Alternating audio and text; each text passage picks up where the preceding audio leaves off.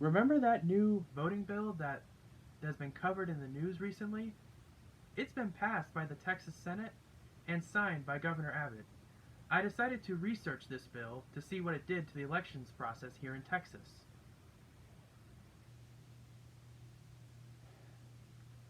I decided to share those findings with y'all today.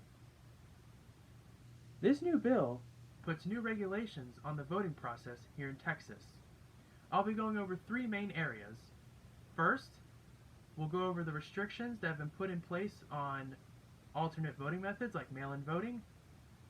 Second, we will discuss the new standard voting hours. Third, we will discuss the protections put in place for poll watchers. First and foremost, let's talk about these new restrictions that have been put in place on alternate voting methods like mail-in voting.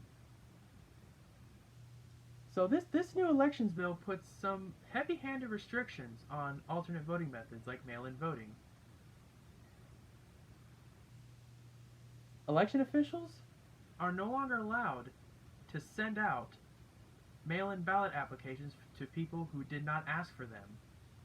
In fact, according to a Click2 Houston article published on September 7th of this year, it's a felony for them to do so.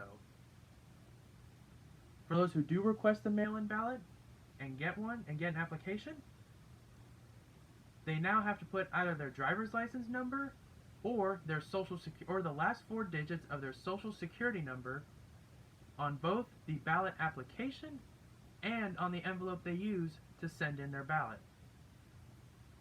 According to a Texas Tribune article published on August 30th of this year, drive-through voting is banned. It is not allowed whatsoever in any capacity. Now that we've talked about these new restrictions, let's talk about the new voting hours. This new elections bill standardizes voting hours for elections here in the state of Texas. So for the main state elections here in Texas, so think stuff like for governor or for Texas House, during the weekdays, the hours run from 6 a.m. to 10 p.m. On Sunday, they go from 9 a.m. to 10 p.m. For local elections, think like City of Houston elections for like mayor or like for a county, like a county judge, the regulations seem to be a little bit looser. It seems to set more of a minimum standard of hours. So for local elections, the minimum hours on weekdays has been increased from 8 hours to 9 hours. For Sundays, it's been increased from 5 hours to 6 hours. There is a caveat here. For counties that have more than 55,000 people, during the second week of early voting for state elections, they must provide at least 12 hours of continuous voting on each weekday.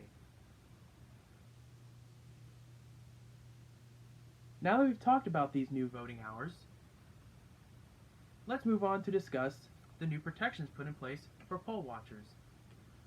This new elections bill puts in some strong protections for poll watchers. A Houston Chronicle article published on September 7th sums up this section of the bill quite well. Basically, they're allowed to observe more election and polling activities. However, a Texas Tribune article published on August 30th of this year goes into some more detail. Notably, they are now allowed free movement within voting and polling areas except for where voters are actually filling out ballots. And it is now illegal to either block their view or to move them too far away to where they can't observe the election activities properly. And again, according to that same Texas Tribune article, it is a state felony to block their view. In conclusion, this new elections bill puts new regulations on the elections process here in Texas.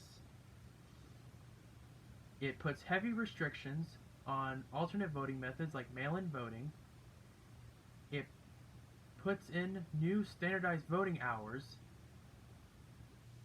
and it puts in stronger protections for poll watchers here in Texas.